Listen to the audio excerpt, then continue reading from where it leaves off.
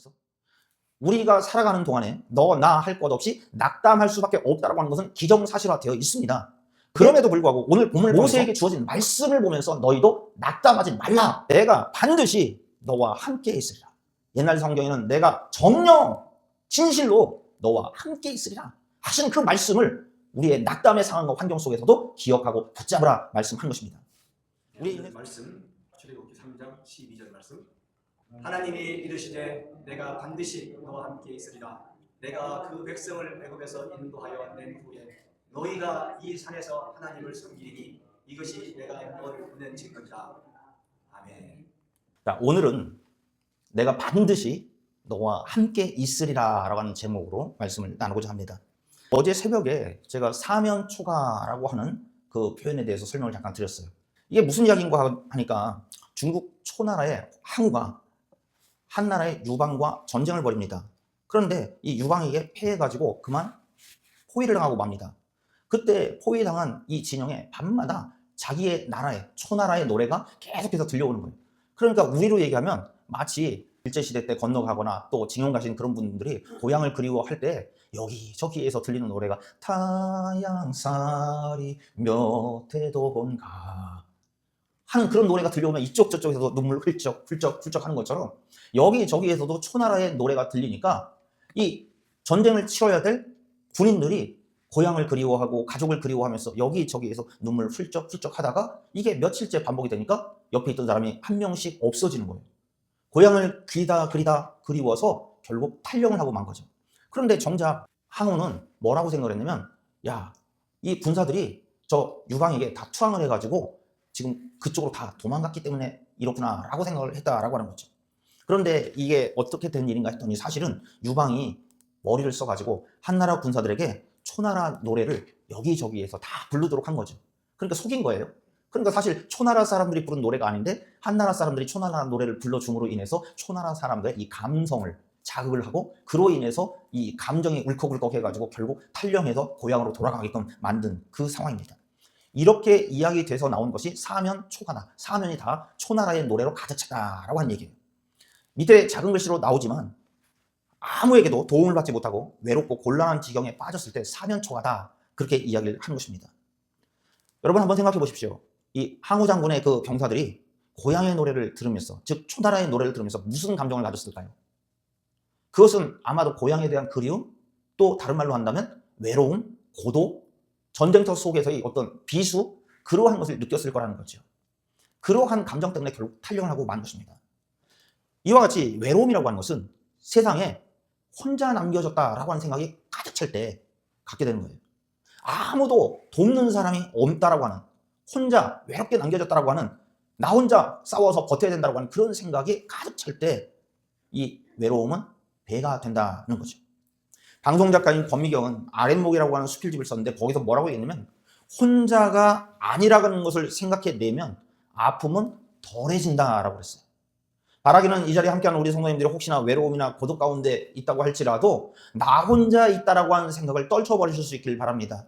저 초나라의 군사들이 정작은 옆에 있는 전우가 있었고 옆에 자기를 이끌어주는 지휘관이 있었고 자기를 위해서 자기가 목숨이 위태할 때 함께 싸워줄 수 있는 그러한 사람들이 있었음에도 불구하고 무슨 생각을 했다고요? 나 혼자밖에 없다라고 하는 생각을 함으로 인해서 외로움 가운데 빠졌다라고 하는 거죠. 그렇기 때문에 권미경 작가가 이야기하는 것처럼 내가 혼자 남겨진 것이 아니라고 하는 생각을 할 수만 있다고 한다면 이 외로움과 고독과 아픔에서 벗어날 수 있게 된다라고 하는 것입니다. 그 책에서는 뭐라고 얘기하냐면 우리는 결코 혼자가 아닙니다. 단지 너무나 서로 가까워서 옆에 있는 사람이 보이지 않기 때문입니다 라고 이야기하는 거죠. 정작은 가까이 있는데 아내가 남편이 또는 아버지가 어머니가 자녀가 하나 가지고는 만족하지 못하고 둘, 셋 있어야지 만족하는 것이 우리네 인생이다 라고 하는 거죠.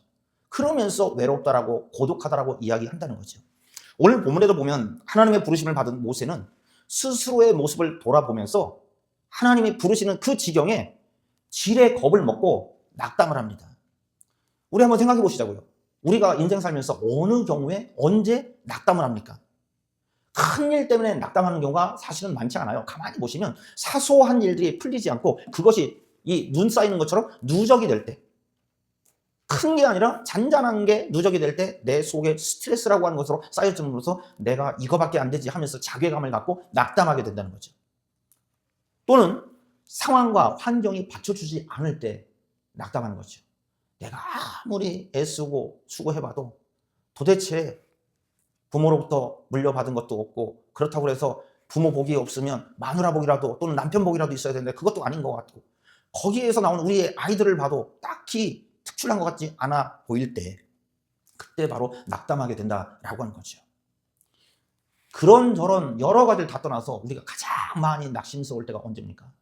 그것은 내가 다른 것은 없어도 건강만은 자신해라고 했었는데 어느새 세월은 흐르고 병이 찾아오고 여기저기에서 아프고 쑤시고 하는 그런 상황이 되었을 때 낙담하게 된다라고 하는 거죠. 그런데 오늘 본문에 보면은 또 모세는 특별하게 사명이 주어졌는데 낙담이 된 거예요. 자, 그러면 이 말씀들을 통해서 우리는 한번 생각해 보시자고요. 우리에게 분명히 낙담하는 순간들이 있었을 텐데 나의 인생 가운데 언제 나는 낙담했는가? 그런데 성경에서는 너희가 언제 낙담하였느냐? 또는 왜 낙담케 되었느냐? 그걸 묻고 계시지 않습니다. 우리가 살아가는 동안에 너, 나 할 것 없이 낙담할 수밖에 없다라고 하는 것은 기정사실화 되어 있습니다. 그럼에도 불구하고 오늘 본문을 통해서 언제 낙담했느냐, 어떻게 낙담했느냐를 말씀하는 것이 아니라 모세가 낙담하는 그 장면 속에 모세에게 주어진 말씀을 보면서 너희도 낙담하지 말라라고 하시는 말씀을 기억하실 수 있기를 바랍니다. 무슨 이야기냐면 내가 반드시 너와 함께 있으리라. 옛날 성경에는 내가 정령 진실로 너와 함께 있으리라 하시는 그 말씀을 우리의 낙담의 상황과 환경 속에서도 기억하고 붙잡으라 말씀한 것입니다. 우리의 인생 속에 많은 경우에 낙담의 수렁에 빠지게 됩니다. 바로 그때 하나님은 나와 함께 해주신다라고 하는 사실을 기억을 해야 하는 거죠. 자, 그러면 우리가 인생의 수렁 속에서 낙담의 환경 속에서 처하게 될 때 낙담할 것이 아니라 내가 반드시 너와 함께 하겠다라고 하는 그 말씀을 붙잡으라고 하는 그 의미가 과연 무엇일까요? 첫째로 연약한 육체에 대한 동행의 약속이다라고 하는 거죠. 연약한 육체에 대한 동행의 약속, 그러니까 건강하게 해주신다는 얘기인가? 모든 질병으로부터 떠나게 해주신다는 얘기인가? 그렇게 생각할 수 있습니다. 그러나 이것은 단순히 건강한 삶에 대한 보장이 아니다라고 하는 것입니다. 오늘 본문에 보면 모세의 인생에서 생애 제2기에 해당되는 그런 내용이 나오고 있습니다. 모세는 이집트의 왕자로 40년을 살다가 갑자기 생겨난 그런 애국심에 의해서 사람을 죽이고 도망을 쳐서 미디안 광야에서 양치기로 또 다른 40년 세월을 보내요. 그러다 보니까 어느덧 나이가 80세가 되고 맙니다. 40년 전만 해도 정의감에 불탔고 거기에 뒷받침하는 정말 한 방 딱 때리니까 탁 하고 때렸는데 억 하고 죽더라라고 하는 식으로 어떤 완력도 있었고 건강도 뒷받침하고 있었다라고 하는 거죠. 어쩌면 그때 하나님께서 모세를 부르셨다고 한다면 모세가 예 하나님 한번 해보죠 뭐 그러고 응했을지도 몰라요. 그런데 그때가 아니라 지금 모든 상황을 보면 여기도 저기도 모르긴 몰라도 쑤시기 시작하고 어쩌면 여러분들 드시고 계시는 한국에서 한창 광고하는 뭐 콘드라친 또는 미국에선 무브프리 뭐 그런 걸 먹고 있는 나이가 모세도 되었는지 모르겠다라고 하는 거죠.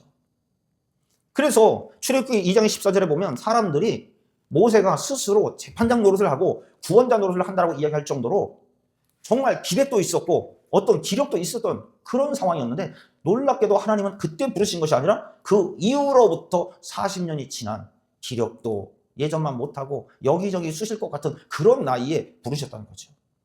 이제는 초라한 한낱 목자로서 자기 자신에 대한 무능감을 절실히 통감하고 있는 그때에 하나님이 찾아오셔서 모세를 부르신 거예요.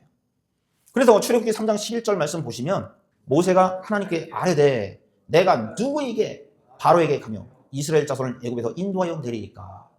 무슨 이야기입니까? 모세야, 너 이제 내 백성을 구원하기 위해서 애굽에서 그 바로의 손아귀에서부터 그 백성들을 구원하기 위해 가라 그랬더니 지금 하는 얘기가 이 얘기하는 거죠. 하나님, 내가 뭐라고? 젊었을 때도 아니고 내 기력이 넘칠 때도 아니고 이 나이에 내가 어떻게 바로에게 갈 것이요? 내가 사람들에게 가서 이스라엘 자손을 구원할 구원자라고 어떻게 이야기합니까? 라고 하는 거죠. 이와 같이 우리를 무기력하게 하고 의욕을 상실하게 하는 가장 큰 장애가 무엇입니까? 나이와 건강이죠. 현실적으로는 이걸 무시할 수가 없어요. 그러나 오늘 본문을 통해서 80세 모세를 향해서 하나님께서는 말씀을 붙들고 용기를 얻으라고 말씀합니다. 그 얘기는 이 말씀을 듣는 우리에게도 동일하게 말씀하시는 것입니다. 하나님은 하나님의 부르심에 설렘이나 감동은커녕 자신의 무기력함만을 더욱 절감하는 모세에게 말씀하셨어요. 뭐라고 말씀하셨습니까? 내가 반드시 너와 함께하겠다. 이 세상을 살아가노라면 정작 어떻습니까? 기쁜 일보다는 슬픈 일이 더 많습니다. 평안할 때보다는 마음이 혼란스러울 때가 더 많은 것이 현실입니다. 오늘 우리가 찬양한 것처럼 우리가 걷는 이 길이라고 하는 이 찬양, 제 기억으로는 1998년 그 이전에 나왔던 곡이거든요. 그런데 그 속에 가사를 곱씹어 보면 은혜가 되지 않습니까? 우리들이 가는 이 길, 이 걷는 길이 좁고 험한 길이에요. 30년 전에 불렀던 찬양에서도 우리들의 가는 길이 좁고 험한 길이라고 이야기해요. 2026년을 살아가고 있는 우리들의 이 길도 역시나 아직도 좁고 험한 길이라고 하는 것입니다. 그러나 그런 길을 가면서도 우리는 감격스러워하고 감동이 되는 이유는 내가 반드시 너와 함께하리라. 아멘. 이렇게 이 세상 살아가면 기쁜 일보다 슬픈 일이 많고 평안할 때보다는 걱정스러운 순간이 더 많이 있습니다. 그래서 돈에 많고 적음을 또는 권력이 있고 없고를 떠나서 누구나 다 이 세상 살아가는 동안에 30년 전에도 그랬고 2026년에도 좁고 험한 길을 살아가고 걱정, 염려하면서 불안한 길을 살 수밖에 없다라고 하는 것입니다. 이것이 우리네 인생살입니다. 낙담하고 곤란스러운 상황 때문에 맥이 풀리고 의욕이 사라지고 밥맛도 없고 잠깐 농구 치고 나면 잠도 안 오고 하는 그 순간에 우리는 어떻게 해야 하느냐? 이미 말씀을 드렸습니다. 낙담하지 말라라고 그냥 말씀하는 것이 아니라 낙담 중에 있었던 모세에게 주신 그 말씀을 너희도 붙잡으라 하시는 것입니다. 이사야 35장 3절에 뭐라고 말씀하십니까? 너희는 약한 손을 강하게 하며 떨리는 무릎을 굳게 하며. 이 말씀을 보면 단순히 약한 손을 강하게 한다? 하나님께서 수전증도 치료해 주시는구나. 아, 요즘 관절염 때문에 무릎이 시려가지고 너무 힘든데 관절염도 낫게 하시는구나. 사실은 거기에서만 그치는 얘기가 아니라는 거죠. 단순히 수전증 또 관절염 치료해 주시겠다 그 얘기를 하고 계신 것이 아니라 그것은 당연한 것이고 이사야 선지자는 현실의 고통스러운 상황 가운데서도 좌절하고 낭망하고 있는 남유다 백성들에게 영광된 미래를 소망하라고 서로 격려하고 위로해 주라고 말씀하는 것입니다.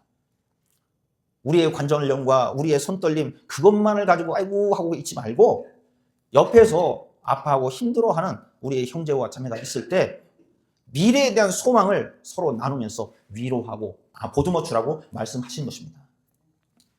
이어서 이사야 35장 4절에는 겁내는 자들에게 이르기를, 자 보세요.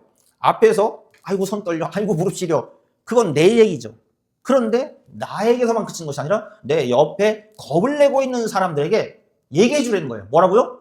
굳세어라, 두려워하지 말라. 보라, 너의 하나님이 오사 보복하시며 갚아주실 것이라. 하나님이 오사 너희를 뭐 하신다고요? 구하실 것이다 라고 이야기해 주라고요.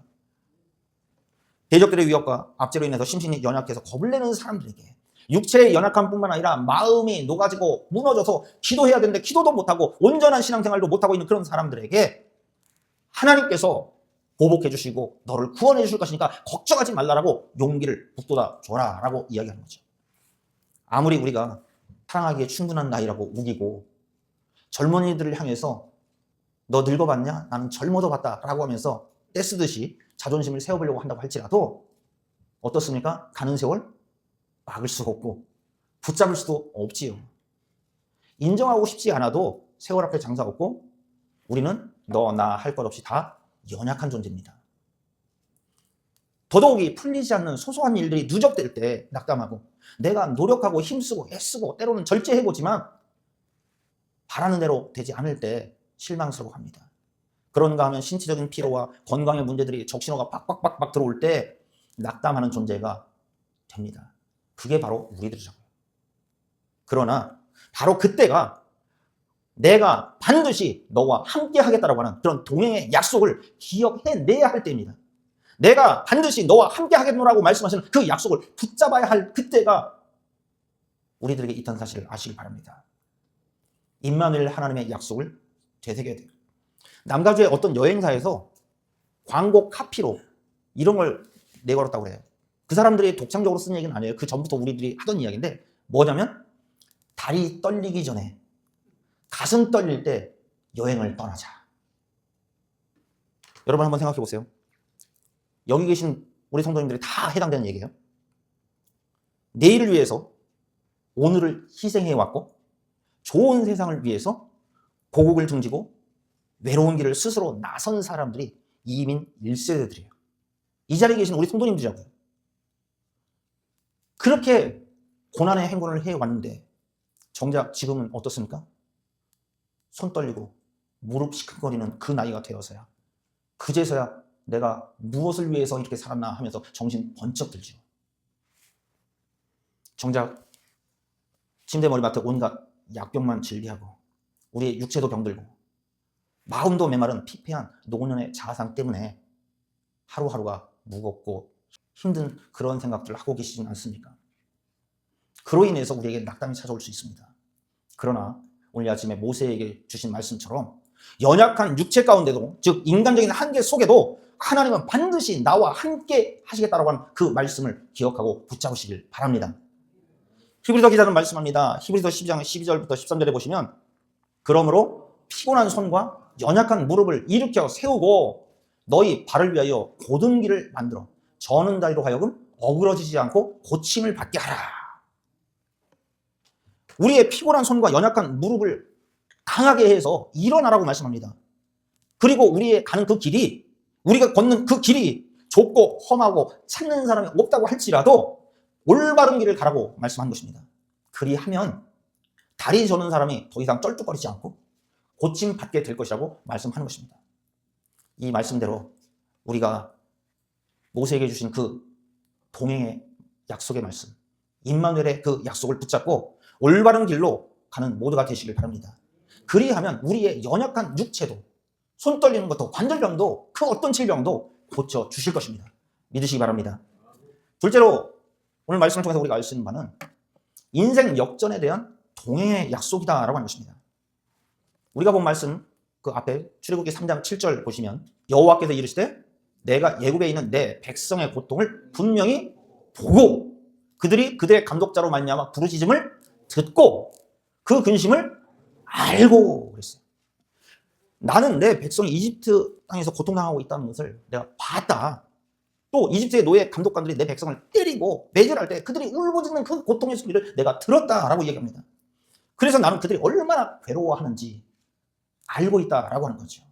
하나님께서 모세를 부르고 계심에도 불구하고 모세는 자기의 한계에 갇혀가지고 내가 이 나이에 내가 뭐라고 하면서 정작은 하나님의 무한하심을 보지 못하고 있더라라고 하는 것입니다.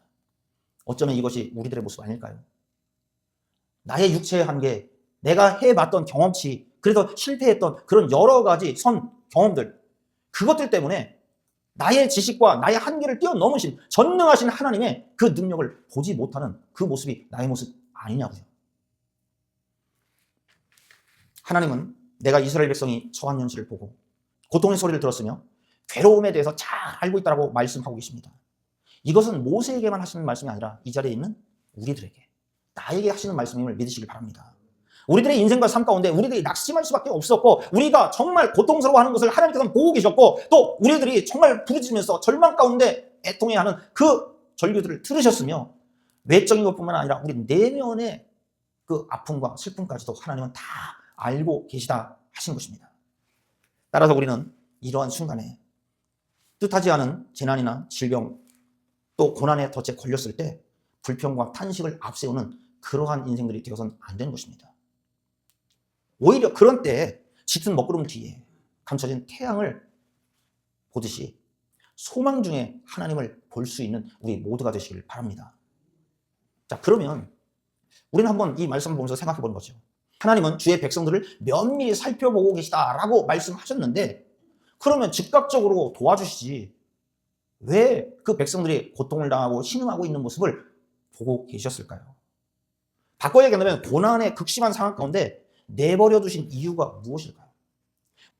그것은 다름 아니라 이스라엘 백성들에게 애굽 생활에 대한 동경하는 마음 그리고 옛날 것에 대해서 연연해하는 즉 비신앙적이고 하나님 없이 살았던 그러한 그 순간들에 대해서 미련을 갖고 있는 그런 것들을 완전히 끊어버리게끔 하기 위한 하나님의 기다림이었다라고 하는 거죠. 왜 하나님께서는 이 기다림을 만드셨냐 했더니 앞으로 전개될 모든 출애굽의 역사에 오직 주님만 바라보도록 하기 위한 그 훈련 장치로 만들어 놓으신 것입니다. 그랬음에도 불구하고 우리가 아는 것처럼 광야 생활 중에 그들이 얼마나 변덕을 부립니까?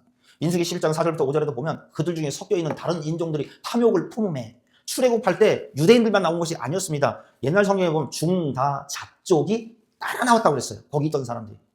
그런데 그 사람들이 탐욕을 품으면서 그 모습을 옆에 있던 사람들, 즉 이스라엘 사람들로 같이 보고 전염되는 거죠. 옛날의 모습처럼 다시 울면서 불평하는 거예요. 누가 우리에게 고기 좀 안 주나? 우리가 애굽에 있을 땐 이러지 않았잖냐? 라고 하는 거죠. 값없이 공짜로 생선도 거저 먹고 오이, 참외, 부추, 파, 마늘 야채도 풍성하게 먹은 거 얼마나 좋았냐? 그러면서 불평불만하고 있는 것입니다. 이방민족, 이교도들은 그럴 수 있다 치는데 하나님의 백성이라고 하는 이 이스라엘 사람들이 옛날엔 그랬다고 할지라도 이제는 그러지 말아야 될 텐데 다시 또 원망하고 불평하고 있습니다. 하나님께서는 이런 이교적인 요소나 불신앙적인 삶의 태도를 모두 벗어 던지기를 원하신 것입니다. 오늘 이 아침에 예배하는 우리에게 있어서도 동일한 기대를 갖고 계시는 것입니다. 이와 같이 하나님은 역사 속의 실제적 백성들의 고통을 보고 계십니다. 감독자들의 잔혹한 폭정에 대해서도 들으셨고 그로 인한 백성의 외적 상황뿐만 아니라 현실의 문제만이 아닌 내면의 그 아픔까지도 다 알고 계시는 하나님이십니다. 그런데 저는 이 말씀을 준비하면서 야, 이런 재미에 우리가 하나님 믿는 거지 하는 생각을 해봅니다. 왜냐하면 하나님은 주의 백성을 향해서 행동하시는 하나님이시더라라고 하는 것입니다. 바꿔 이야기한다면 마치 야구 경기장에 관람하는 그러한 관중이 아니라는 거예요. 하나님은 그 그라운드에 직접 뛰어내리고 넘어진 선수들을 일으켜 세워서 함께 뛰어주는 그러한 하나님이시더라라고 하는 것입니다. 주의 백성의 아픔과 고통에 대해서 들으시고 알고 계신 것으로만 끝나지 않았습니다. 거기에 따른 즉각적인 조치를 취해 주시는 하나님이에요. 어제 새벽에도 말씀드린 것처럼 하나님께서는 우리들의 눈물을 쓸어주시고 닦아주시는 하나님이십니다. 출애굽기 3장 8절 말씀 보시면 내가 내려가서 무슨 생각이 드시나요? 얼마 전에 말씀 나누면서 예수님께서 호서 한가운데 빠져가지고 허우적거리고 사람 살려 하고 있는 그 제자들을 보시고서 오죽 급했으면 예수님이 헤엄쳐 갈 생각도 못하고 그냥 누가 보든 안 보든 물 위를 성큼성큼 걷고 뛰고 물속이라고 할지라도 불 가운데라고 할지라도 그 백성들을 건지기 위해서 달려가신 우리 예수님의 모습이 보이지 않습니까? 이스라엘 백성들이 그렇게 고통당하고 신음하고 있고 그 아파할 때 하나님께서는 관망하고 관중으로 계신 것이 아니라 당장 그 속에 뛰어내려가신 하나님이십니다. 행동하시는 하나님이십니다. 그리고 나서 구체적으로 어떻게 하십니까? 그들을, 즉 주의 백성들을 애굽인의 손에서 뭐 하십니까? 건져내시고 그들을 그 땅에서 어떻게 하십니까? 인도하시며 아름답고 광대한 땅, 적과 꿀이 흐르는 땅, 한마디로 가나안 땅으로 어떻게 한다고요? 데려가겠다고 하신 거죠. 할렐루야. 풍랑 속으로 뛰어드셨던 예수님처럼 우리 하나님은 주의 백성된 우리가 고통 중에 신음하고 괴로워할 때 우리의 삶의 현장에 친히 개입해 주십니다. 하나님은 인간의 역사에 이렇게 친히 개입하시고 보역의 땅 애굽에서 이스라엘을 구출해 내주십니다. 그 땅, 즉 감독자의 손아귀에서부터 인도해 내주십니다. 그리고 약속의 땅으로 데려가 주신 것입니다. 이것이 한마디로 인생 역전 아니고 뭐냐는 것이죠. 무슨 이야기냐면 고난받던 인생들, 그들이 축복의 땅, 약속의 땅으로 인도함 받는 것이 이 인생 역전되는 것 아니냐는 거죠. 혹시 체험 삶의 현장이라고 보시는 분 계시나요? 연예인들이나 유명인들이 극한 직업이나 그러한 그 현장에 가서 거기 체험해보는 거예요. 그러면서 한번 해보지도 않았던 일들을 해보고 하는데 제가 그 체험 삶의 현장이라고 하는 방송을 보면서 감동을 받는 이유가 무엇인가 했더니 거기에는 반드시 역전이 있더라라고 하는 것입니다. 뒤집어 놓는 그 역전. 거듭된 실패 속에서도 성공의 역전이 주어짐으로 인해서 감동이 오는 거죠. 그래서 그 연예인들이나 유명인들이 해보지도 않았던 일들을 해보면서 하루 일당이라고 옛날 같으면 5만 원, 또 요즘 뭐 15만 원 그러면서 노란 봉투에 이렇게 줄 때 그걸 받으면서 감격해하는 그 모습. 이게 우리들의 삶 속에서도 나타날 수 있는 인생 역전의 드라마다라고 하는 것입니다. 엘라바마주에 그 엔터프라이즈라고 하는 작은 마을이 있다고 합니다. 거기에는 오래전부터 목화를 재배하고 살아왔는데 그러던 중에 그 지역에 이 목화꽃이 피어나는 것을 방해하는, 한국말은 뭐 목화 바구니라고 하나요? 그러한 벌레들이 기승을 했던 적이 있었다고 합니다. 그러다 보니까 목화 수확량이 확 줄어가지고 농민들이 살 수가 없다고 막 난리가 났어요. 그 중에 또 지역 주민들이 우리가 더 이상 이대로는 못 살겠다 해가지고 이 목화밭을 다 뒤집어 엎기로 했어요. 목화밭을 다 뒤집어 엎어서 거기에다 이제 우리가 다른 거 할 수 없으니까 땅콩이라도 좀 갖다 심어보자 했어요. 그랬던 것이 눈물을 머금고 뿌려놨던 그 목화밭을 다 뒤집어 엎고 땅콩을 뿌렸는데 지금은 미국 전역에서 가장 유명한 땅콩 산지가 되었더라라고 하는 거죠. 더더욱이 시간이 지나면서 목화로 만들던 그 옷감들이 화학 제품의 옷감이 나오면서 필요치 않게 되고, 그러니까 일찍 땅콩으로 전업한 그 사람들은 전화 위복이 된 것입니다. 작은 목화 벌레들 때문에 작물을 바꾸고 끊임없는 다툼과 노력을 해야만 했지만 결국 그것이 역전되어서 미국 최고의 땅콩 산지로 이름을 얻게 되는 그러한 좋은 결과를 얻었다라고 하는 거죠. 그래서 이 엔터프라이즈 마을에 입구에 가면 이러한 동상을 세워놨다고 해요. 그러면서 거기다 뭐라고 했냐면 목화벌레를 기념하는 해충 기념탑이라고 제목 붙여가지고 저렇게 세워놨다라고 얘기합니다.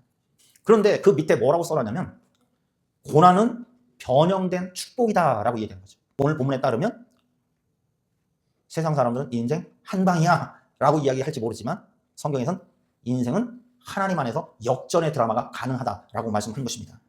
그래서 사도 바울은 고린도 전서 1장 27절에도 보면 하나님께서는 지혜로운 것들을 부끄럽게 하시려고 세상에 미련한 것들을 택하셨다 그랬어요. 지혜 있는 자들을 부끄럽게 하시려고 세상에 약한 것들을 택하셨고 강한 것들을 부끄럽게 하신다 말씀하시는 것입니다. 이것이야말로 인생 역전의 공식이 아니겠냐 하는 거죠. 우리 하나님은 주의 백성된 우리가 고통 가운데서 외로움 속에서 신음하고 있을 때 관망만 하고 계시지 않으심을 믿으시기 바랍니다. 즉각적으로 물속도 불 가운데도 가리지 않고 뛰어드시는 행동하시는 하나님이심을 믿으시길 바랍니다. 인생 역전의 주인공, 그게 누굽니까? 사도 야고보는 환난과 시험을 성장의 기회로 삼는 사람이라고 했어요. 그런가 하면 부족함을 인정하고 하나님께 간구하는 사람이라고 했습니다. 오늘 이 아침에 우리들이 인생에 낙담할 수 있는 조건과 환경이 즐비할지라도 그 속에서 포기하지 마시고 낙담하지 마시고 인생 역전의 드라마 주인공이 되어지는 우리 모두가 되시길 바랍니다. 여러분, 우리의 인생 걸음은 앞으로 향해 나가는 것 같습니다. 하지만 순간순간 사면초가의 위기에 마주치곤 합니다. 우편함에 쌓이는 고지서와 또 카드 청구서들이 우리의 숨을 막히게 할 수도 있습니다. 뜻하지 않는 질병으로 주의 도우심을 구하면서도 답답하기만 한 그런 때를 맞기도 합니다. 그런가 하면 인간관계의 고립등으로 인해서 어느 누구의 도움도 받을 수 없는 고립무원에 밤잠을 이루지 못하는 그런 고통을 받는 사람들도 있을 것입니다. 바로 그때 우리는 잊지 말고 기억해야 합니다. 우리 하나님께서 내가 반드시 너와 함께 하겠다라고 하는 약속을 말입니다. 우리의 연약한 주체의 동행을 약속해 주시고 약한 손을 강하게 하시며 떨리는 무릎을 굳게 해 주시는 하나님이십니다. 동시에 인생 역전에 동행해 주실 것을 말씀하시면서 연약한 자로 강한 자를 무력해 하시는 멋진 마무리를 하나님은 준비하고 계십니다. 누구를 통해서요? 바로 나를 통해서. 하나님이 나와 함께 하신다고 하는 믿음을 갖고 있는 나를 통해서입니다. 잠언 13장 20절 말씀 보시면 지혜로운 자와 동행하면 지혜를 얻고 미련한 자와 사귀면 해를 받는다라고 말씀합니다. 우리가 지식의 근본 되신 하나님과 동행하면 지혜를 얻을 수 있습니다. 하나님께서는 반드시 우리와 함께 동행해 주십니다. 이 약속을 믿으면 약한 손을 강하게, 떨리는 무릎을 굳게 해주시는 것입니다. 연약한 인생들에게 인생 역전의 드라마의 주인공 되게 해주심을 믿으시길 바랍니다. 하나님이 반드시 나와 함께 해주심을 믿고 주의 말씀으로 선한 영향력을 간직하며 나 혼자만의 것이 아닌 내 주변에도 선한 영향력을 나누며 사는 이번 한 주간 되시기를 축복합니다. 기도하겠습니다.